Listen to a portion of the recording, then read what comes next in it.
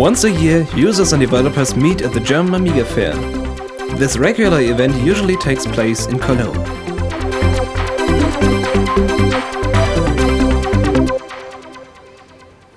Hello and welcome live at Cologne Media Park to the AMIGA 2001. In many ways, this show marks both a conclusion and a new beginning. For the first time, Amigans can make use of modern PCI cards thanks to the availability of various PCI expansion boards. For the first time, the prototype of the new Pegasus by B-Plan is shown publicly. And hopefully for the last time, it's a show where no new computers can be bought. And now let's have a look at what can be bought here.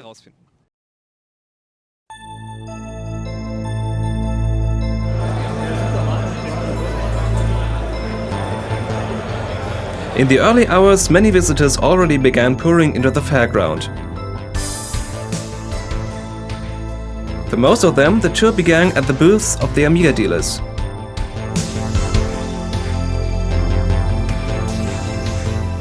Visalia and KDH Datentechnik had brought along everything an AMIGA could dream of. And Coolbits also showed their available supply. Public interest was higher than expected. At the booth of Falcon Media, for instance, the team of Earthrt3 brought themselves up to date. Apart from some other things, one could also buy the latest issue of the AMIGA Plus there.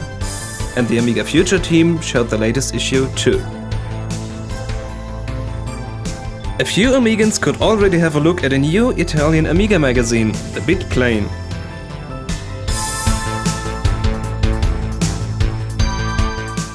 The link to the outside world was provided by the AMIGA Club. Thanks to IRC conferences and a webcam, those who weren't able to attend could still get a lot of information about what was going on.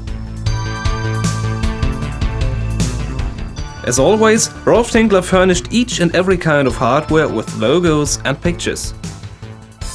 Those who want to lower their printing costs could save a lot of money by using the refill kits from Refill24. Additionally, an innovative CD archiving system was presented at the booth.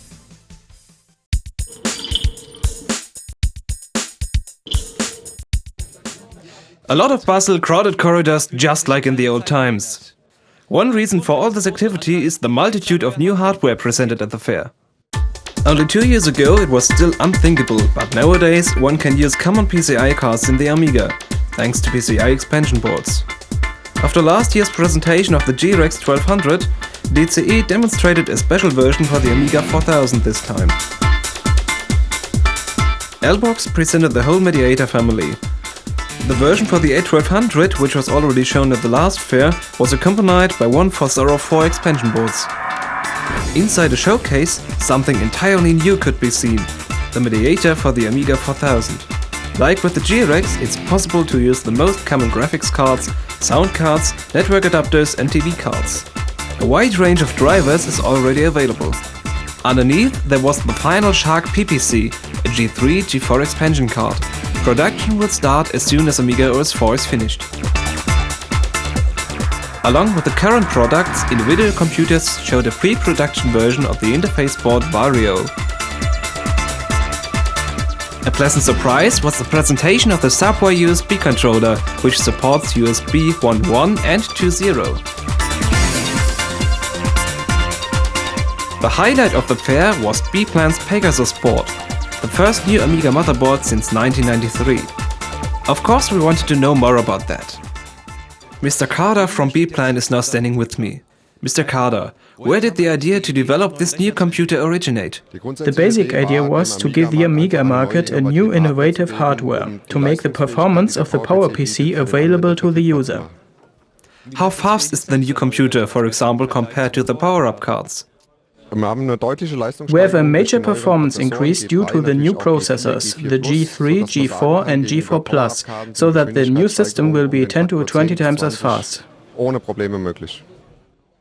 And how compatible is the new system in regards of old software? For instance, will AGA software work and will it be able to boot from old AMIGA disks? Of course, one can only run AGA software by using emulation, which means it will be quite slow. The basic concept is to use programs which run on original Amigas equipped with graphics cards. Programme zu verwenden, die auf normalen Amigas auf Grafikkarten ohne Probleme laufen. What about support? Will there be a hotline? Der Vertrieb findet eigentlich Distribution is solely handled by authorized dealers. We will give our know-how to them and they will take care of the support. Weitergegeben und der Support wird über den Fachhandel abgewickelt. And finally, a question about the operating system. Who holds the actual rights to Morphos? Das ist eine gute Frage. Was immer falsch verstanden wurde. That's a good question. In the internet, there was the impression that Morphos is a mixture from Amiga OS and other things. That's of course not the case. The hardware is driven by a kernel, this is Morphos. On top of this kernel, there's a 68K emulation, which is then able to execute Amiga programs.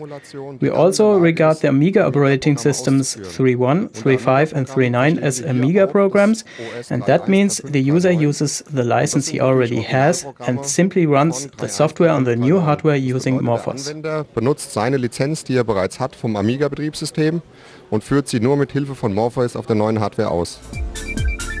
Consequently, it will be as easy as installing an old Amiga hard disk into the Pegasus and copying the Morphos kernel to be able to boot an old environment on the new hardware. Apart from the usual PCI and HAP slots and the standard ports, the Pegasus board features all modern ports such as Firewire, USB, network, digital audio and infrared. Using a riser card, the PCI slots can be aligned as preferred. By changing the CPU module, the user can choose his favorite PowerPC. Up to 2 G3, G4 or G5 CPUs with theoretically any clock rate can be used in the Pegasus. With a 400 MHz G3, the 68K emulation is already as fast as an 060 with 50 MHz. The JIT version, which will be integrated in the final product, is even 12 times faster.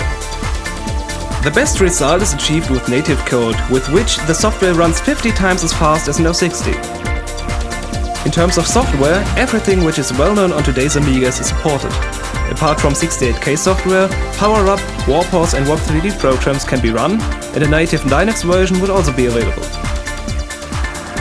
And that's how the Pegasus will look like in the version distributed by Vesalia.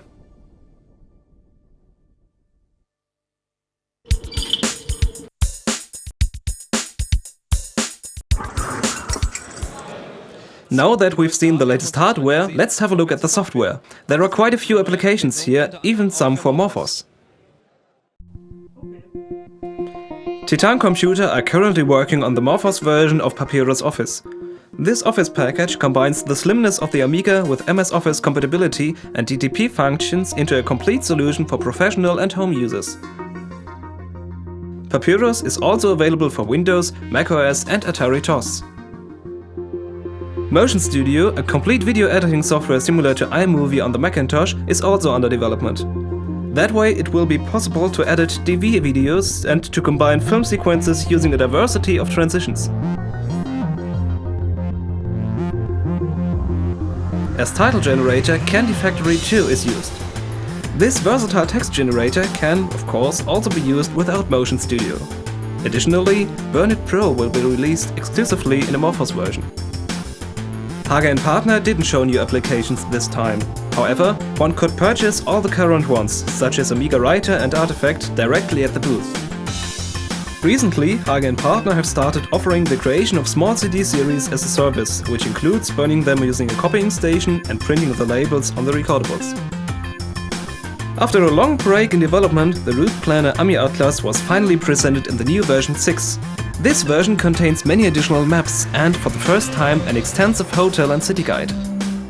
At the booth of Schatztruhe and Cluanto, the Amiga emulator package Amiga Forever was shown in version 5, which also contains some video sequences, and the presentation software MediaPoint MP2000 was offered.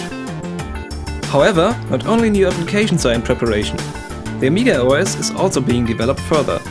Management of the project was taken over by Hyperion, a company which is also familiar with other operating systems and so can bring the best from other worlds into the Amiga OS.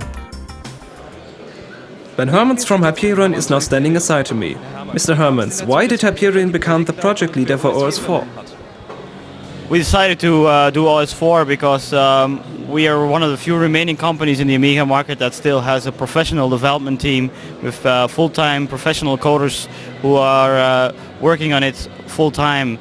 And we've seen with the games development that we've been doing that there's some major bottlenecks in the Amiga operating system, and this is the reason why we want to do it ourselves, so make sure that it actually happens. There are so many other projects out there currently, but we think we can give the Amiga users the best possible product for the PPC.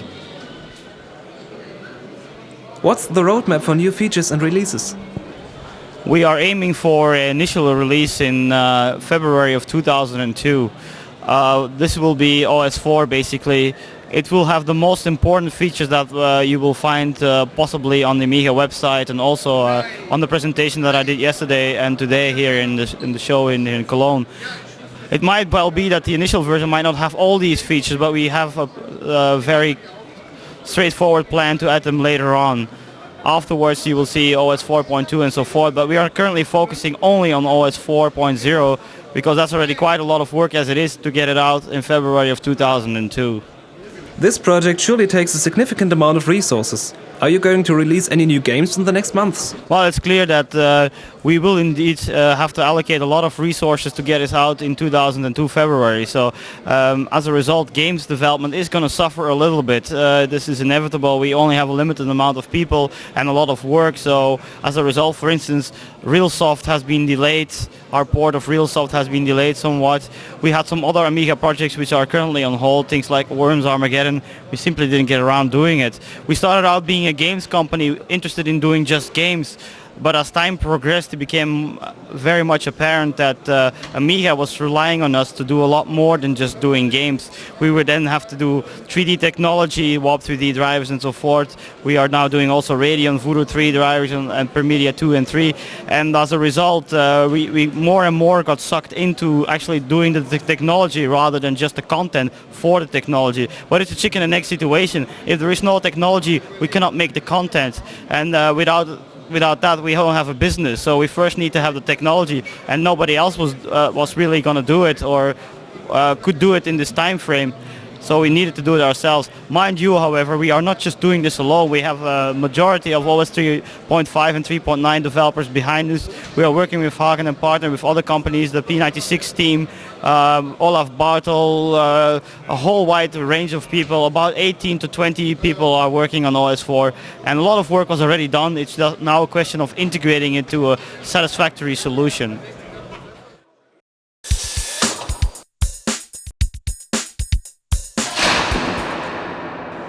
And now we want to take a look at the more entertaining side of the Amiga, the games. A lot of them were presented here, and even more are just now in production.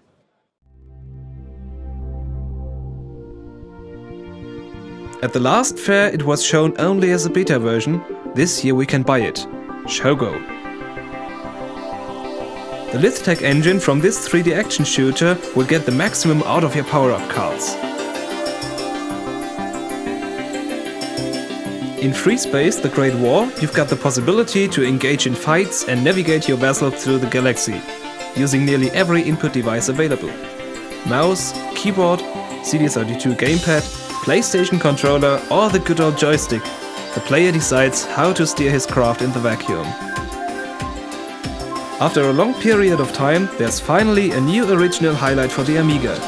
The gangster simulation Payback from Apex Design. Using Warp 3D and a Power PC, the game's shootouts and rapid car rides are very impressive. Where else can you burst roadblocks with a fully occupied bus? You were also able to get some first impressions of Project Crashside. As a member of the future security corps, you are to uphold justice far from our solar system. The game itself features many kinds of gameplay.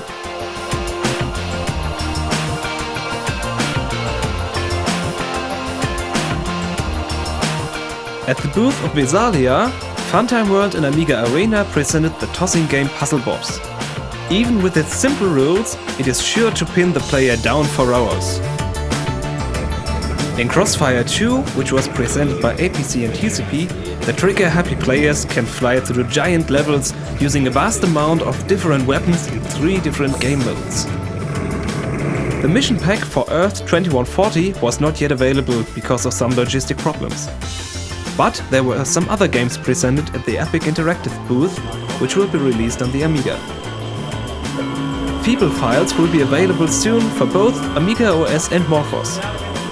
In this classic 2D adventure, the main character is the alien Feeble, who has the mission to make circles in crop fields. In Birdie Shoot, you will soon be able to hunt different sorts of birds on the Amiga using Morphos, just like in the well-known game Morhu. The strategists among us will soon be able to test their skills with the Morphos version of Knights and Merchants. In contrast to other civilization building games on the Amiga, this one mainly focuses on battles.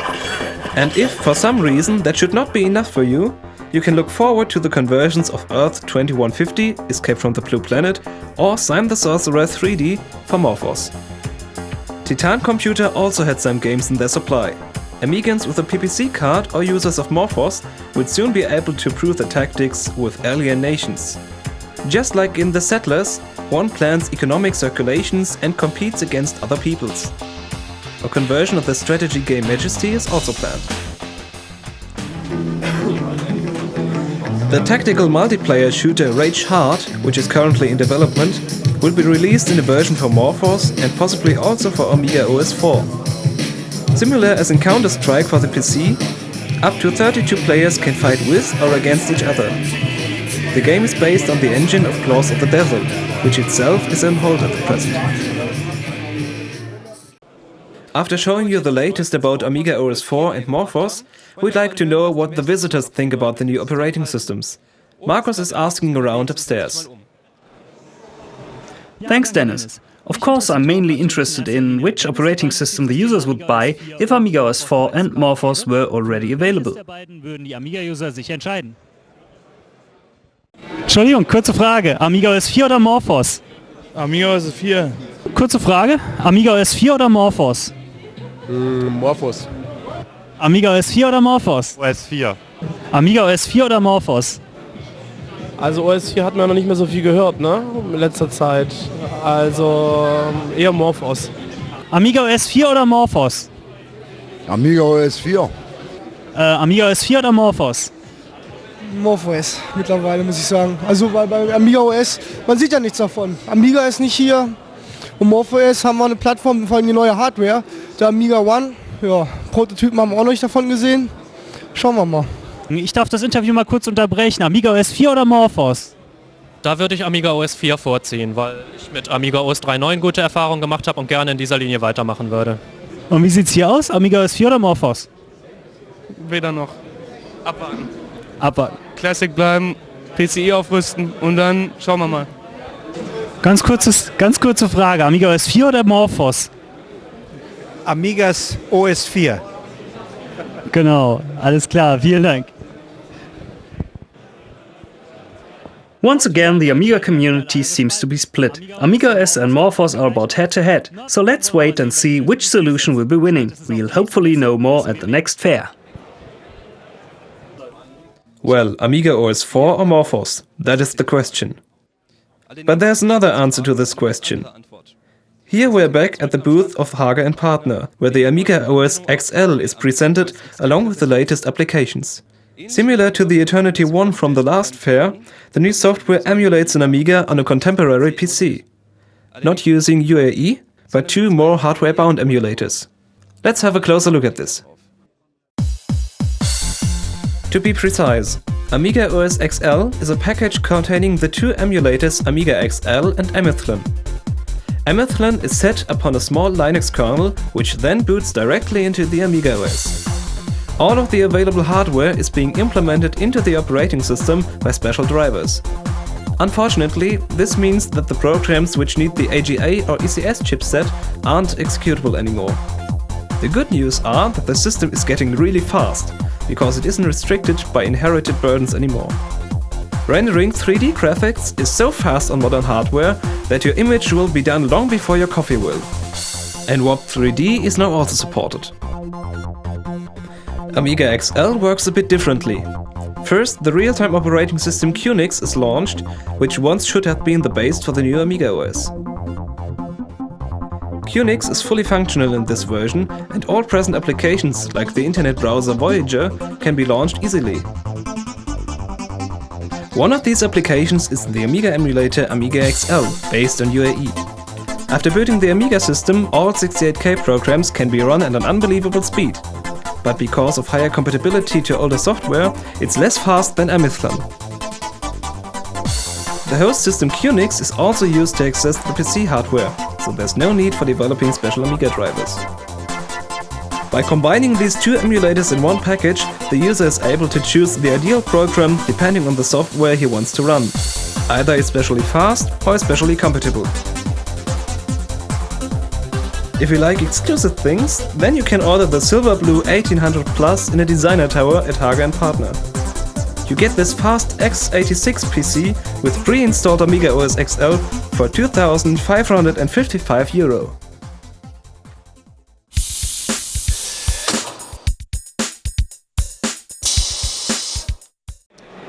The feud between Amiga and Atari has been settled for long, and so the old rivals attend the same fair for the second time. Now let's have a look at the new stuff in the Atari Park.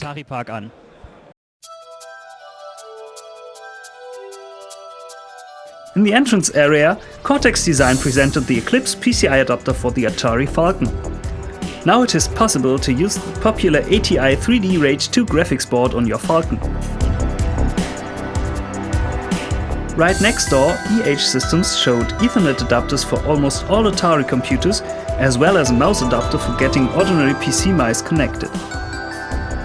Fun Media, the video editing system for Milan, was presented around the corner.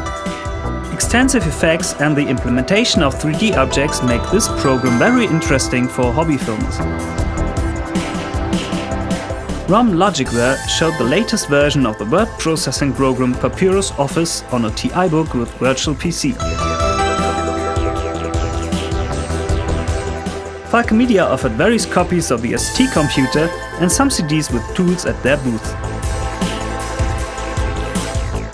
Also a UMAX Mac clone, which was for sale too, was presented here running the Atari emulator Magic Mac. And look at those sweet Mac lovelies, which were also for sale. Expansions like Milan Blaster 16 were offered too, and you could see the Gem Hapag TV board in action. Because of a missing cable connection, the good old Jaguar was used as video player. Of course, the first Atari Club Colonia and the Pro Atari Computer Club were on site, and the online magazine Atos was there too. 1632-bit systems still had some rare treasures in their shelves. And even an Archon computer had found the way to the fair. Two strenuous days end. The hall is getting empty and the infamous chaos of the fair is decreasing. And though the sparkle of the old times was missing at the Amiga 2001, you can clearly see that there's some kind of awakening mood in the air. The show will go on, but the direction is unknown. Which operating system will win the race? What will the future of the Amiga look like? Why is the banana crooked? These and other questions will be cleared when we're back again live.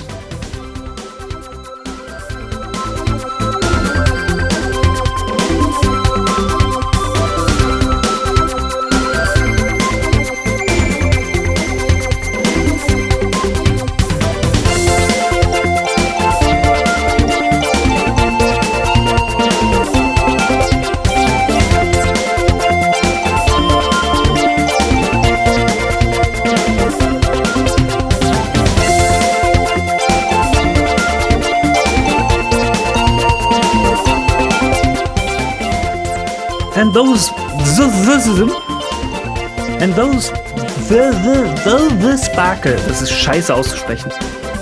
And though the sparkle of the old times was missing at the Amiga 2001, you can clearly see that wieso kriege ich die Sätze mit den vielen THs drin?